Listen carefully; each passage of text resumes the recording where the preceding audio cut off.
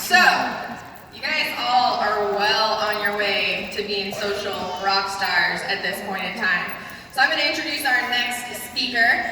Jennifer is from a small town in Pennsylvania. She is the mother of 2 sons and 2 fur babies, and she worked full-time and balancing this full-time job as a senior business analyst while she was leading her team to black. So, guys, pay attention.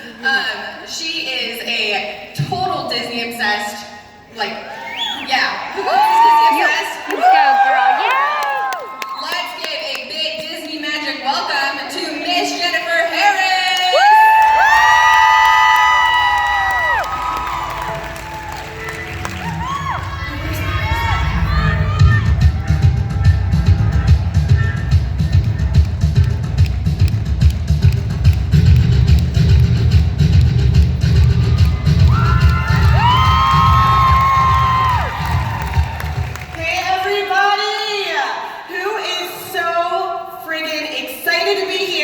In San Antonio for Convention 2018. I know I'm already starting to lose my voice, and by tonight it's going to be gone, so who else is with me, right? Okay, so if you have ever felt like you have struggled with your algorithm on social media, or you were fighting to come up with content to share, to get creative with, or you were battling to get engagement on your social media, then guys, you are in the right place right now. I'm going to teach you guys some of my favorite content ideas, and I'm going to give you all kinds of ideas, but also I'm going to give you a little bonus tip to work effectively with your time to kind of spread that across so that you guys don't run out of ideas and don't waste too much time becoming social media rock stars, okay? Sound good? Yeah. Awesome. So I want to start just by telling you guys a little bit about myself. Like Cheyenne said, I have 2 amazing little boys, ages 5 and 9. I am a wife and a fur mama. I live in Westchester, Pennsylvania with my family right now, but I am originally from a very small town called Littlestown. Any Adams County girls in here? Yeah? Okay, so the town I grew up in was so small that we had 1 stoplight the whole time that I was growing up, and the biggest thing that ever happened was that we got a McDonald's when I was in the 9th grade. Yeah. So I always held myself to really, really super high standards growing up. I always felt like I wasn't pretty enough, I wasn't smart enough, I wasn't talented enough. And it's probably because I was held to super high expectations, and also things that happened to me growing up, like being called things like the fat little lineman by my friends while we were playing high school powder puff, to having teachers tell me no wonder I was the catcher on our softball team because I was so chubby, to never having a date to any of the school dances. So it's no surprise that going into college, I developed an eating disorder. 2 p.m. was my magic time. If I could make it to 2 p.m., guys, then I could eat something. And then I was done for the rest of the day until the next day. That progressed into eventually throwing up and purging every single meal. Even at the weight of like 112, which I had gotten down to, if you hung out with me during that time, I was constantly, oh, thank you. I was constantly verbally calling myself fat, ugly, and just, it was disgusting. I'm even ashamed to tell you guys this, but I had this eating disorder when I was pregnant with my first son. Thank God he is healthy and thriving. I'm super emotional, guys, thank you. Okay. So, when I got pregnant with my second son, the physical aspects of this stopped, and it wasn't because I suddenly felt worthy, but I was just purely exhausted. Mamas know what I mean. And so, even though those physical aspects stopped, a lot of the emotional and psychological aspects, they stayed around. And when I started my unique career, that negative self-talk, those self-deprecating thoughts, they stayed with me. And so I want to do something with you guys. I'm going to tell you some of the things that I said to myself and have said to myself throughout my unique career. And if you've ever even thought this to yourself, I want you to stand up, okay, and stay standing. And don't be ashamed, because I'm already standing up. I've thought all of these. I have no clue how to do makeup, so why would anyone want to watch me do it? Okay, anyway, keep going. I'm not as pretty as my upline, my downline, my sideline, that girl over there in the corner, so I can't be successful. I have an upline, or a downline, or a sideline, that is so successful and amazing at this, I could never compare to them. Never, in a million years. Okay, wow. I think almost everyone's standing up. And that is heartbreaking, guys, because don't sit down yet. Here's what I have to tell you. You guys are true beauty. Every single one of you is perfectly you, and you are beautiful, and you need to let your light shine. Stop muting yourself. Stop telling yourself these things, okay? So we're gonna do something really quick. I want you guys to take your hand, grab those thoughts out of your brain, like just grab them. Place that on your chair, okay? Don't sit down yet. When I count to 3, we're gonna literally squash them with our behinds. We are going to sit down. We're gonna scream, I am beautiful, okay? We're gonna sit down and squash it, okay, ready? 1, 2, 3. I am beautiful. You are. So, you guys might be wondering, Jen, okay, fine, thank you, but what does this have to do with social media content? Well, it wasn't until I heard Melanie's speech last year at convention about breaking the cycle that I started paying attention to my self-talk, and I started to let my true self, my true beauty shine through, and combined that with these things that I'm going to teach you today, that I really truly saw my engagement and my business explode even more. So, it's really super easy to throw something up there on social media and hope and pray that maybe someone will see it. If we're lucky, they might like it, and if we're really lucky, they might comment. But the truth is, we have to be more intentional with what we're putting out there, because we need to make connections, because we're in network marketing and in the business of building relationships. So I'm going to share with you guys 3 types of intentional content categories and ideas for posts that will hit those categories so that you guys can cycle through these with your business and keep growing your business and your social media engagement. So those categories are providing value, solving problems, building relationship, and creating emotional connections, mainly through stories. The first type we'll start with is providing value and solving problems. So if you think about it, we go through our day-to-day lives and we are bombarded with information. We're driving to work, there's so much information. We stop at Wawa for coffee, there's all this kind of information there. We're scrolling Facebook, information. What makes you stop and pay attention to any of that information? It's when you see something that has something in it for you. So when you are sharing information on your social media for your audience, you gotta think, what's in it for them? So one way to do that is to provide value and solve problems for them. For example, so here are the ideas I'm gonna give you for this category.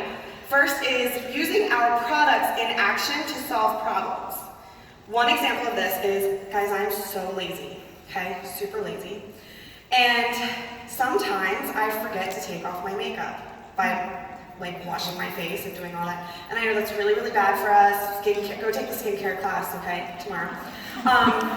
But a lot of people can relate to that, right? So I love to share this in my parties and on, my main social media walls as well, is use our shine wipes. Keep them on your bedside stand, and when you forget, you're so tired that day that you forget to take off your makeup and really do your full routine, at least you can use those to take off your makeup and you're getting all the amazing benefits of the ingredients in it, okay? So that's an idea of the problem is lazy, the solution is shine lights.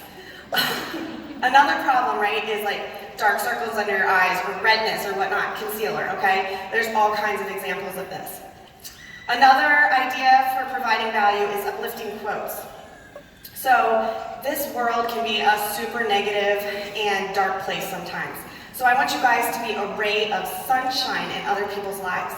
So I highly suggest posting at least one positive quote a day. And what I would suggest you do is find an app similar to WordSwag where you can put that quote over your face so that people are associating that positive feeling that you're giving with your face. Recommendations and reviews are another way to provide value. This doesn't just have to stick with our products, because when you do recommendations and reviews, you're going to build trust with people, and they're going to think of you as an influencer in their life. So one example of this is whenever you get a new color of our Splash liquid lipstick, where those crushes come in the mail, right, when we can get those, unbox them live. People love watching live unboxings, okay? So share your review, your live review with them and your excitement with them. But also, if you're driving down the street and you go to Starbucks and they have a new drink of the month or whatever, post your review of that as well. Post, what you thought of the newest Avengers movie that came out. I don't know, I have kids, that's like the only movie I've seen lately. Okay, the next idea is quick tips. So go on YouTube, go on Google, be a student of makeup and cosmetics and skincare. Learn as much as you can, and then recreate that in quick videos or lives or even little pictures of like step 1, step 2, step 3 on your wall. What you're doing is you're providing value because you're teaching people something new. Industry news. So, this is really cool. If you guys go onto Google Alerts, you can sign up to get email alerts for any keyword that you can think of, like beauty, lipstick, beauty, cosmetic trends, or even industries, cosmetics, or companies, unique, right? So you can set this up that every time a news article comes out about that, it's gonna send you an alert. You can take that, read through it, share it on your social media, but add your thoughts, right, and your feelings, or maybe highlight your favorite part about it. And what this does is this sets you up as the authority figure in the industry, and that means the next time someone thinks, hey, I could really use a new eyeliner or mascara, they're gonna think of you. The next type of content ideas I wanna share with you guys is building relationships. So I want you guys to think of building relationships as really letting people get to know you, but also getting to know them. Because the thing is, people aren't buying from a company when you're in network marketing. People are going to connect to, join, and buy from you. So it's important to let them in. So the first idea here is interactive posts. These are one of my favorites because with interactive posts, not only are you getting to know people, but you're also helping your algorithm. You're building your algorithm. So an interactive post is where you would post a question or something that someone can answer. So maybe you're asking, what's everyone's favorite place to eat dinner? What's your favorite restaurant? Or maybe you're saying, would you rather vacation in the mountains or on the beach? Every time someone comments on that, I want you to respond to them. And if you can, respond with a question. Maybe they answer, I love to go to the beach, right? What beach do you love best, right? So you're gonna keep commenting with each other in that thread, and eventually you can move that to your inbox. So you're not only building the relationship there, you're building your algorithm too, because Facebook sees you guys interacting and it's gonna show them more of your stuff. Polls are awesome too. So a lot of the social media platforms let you actually set up polls that allow people to click to vote, right? So you can set up polls. This is like really cool because it ties back into the previous providing values. You could set up a poll and say something like, what is your biggest skincare concern? And give them options. And then whatever has the highest votes, go do a live about how to solve that problem. Win-win, right? Behind the scenes, okay, so reality TV shows are super duper popular for a reason.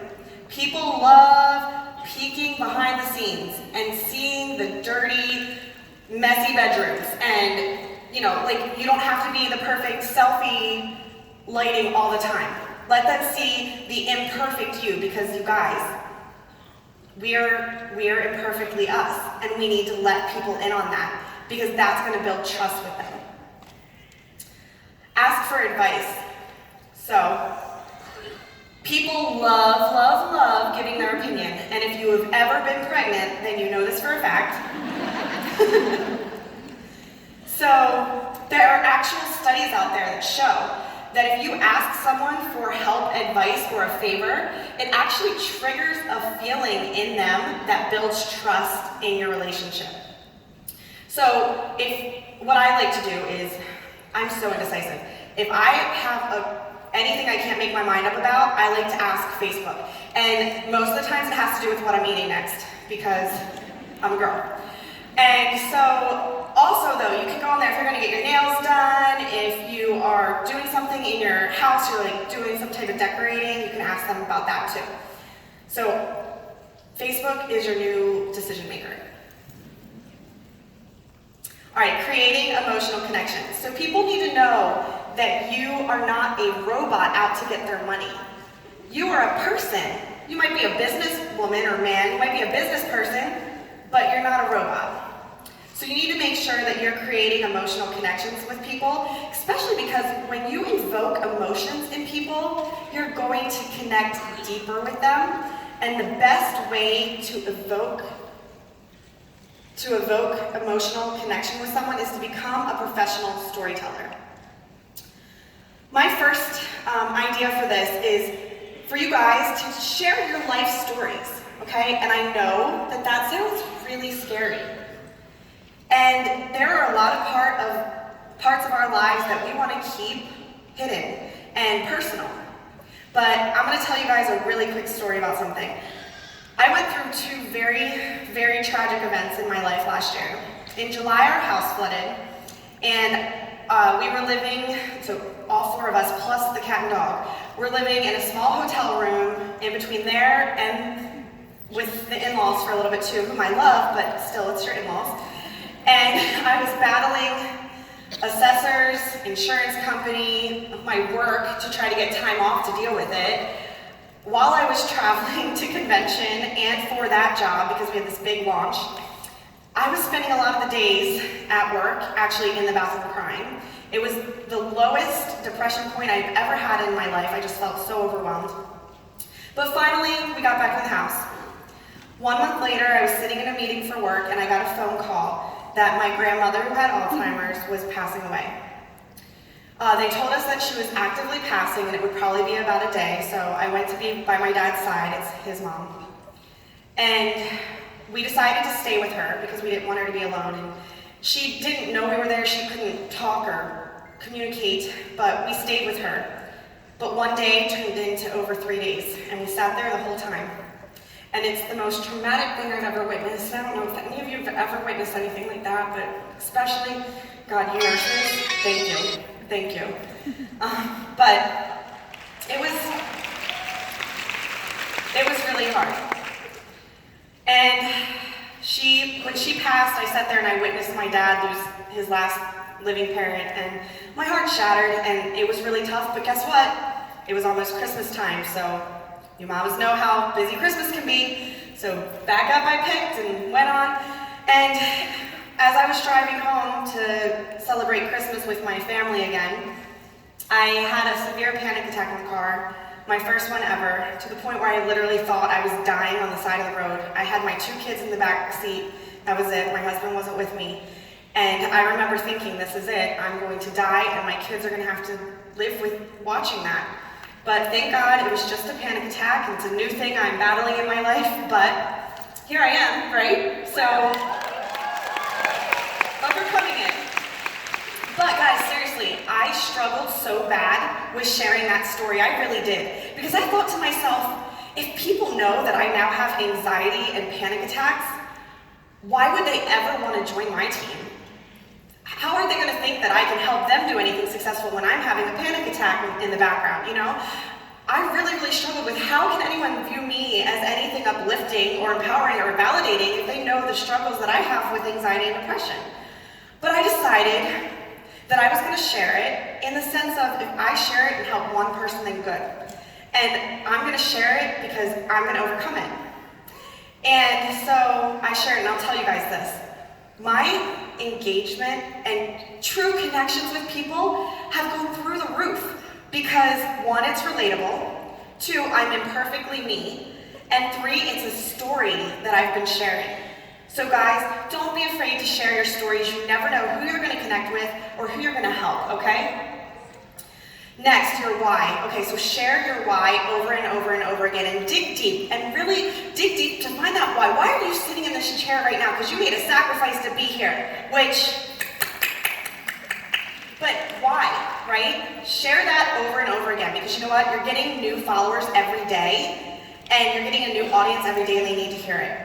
You also want to share, anytime your customers come to you, right? You want to share what they say to you, all that positive feedback you get. So depending on the relationship with the customer, I might ask them, hey, do you want to go live and share that? Maybe do a dual live with me, or do you want to do it in my VIP, or can I just take a screenshot and share that, what you're saying?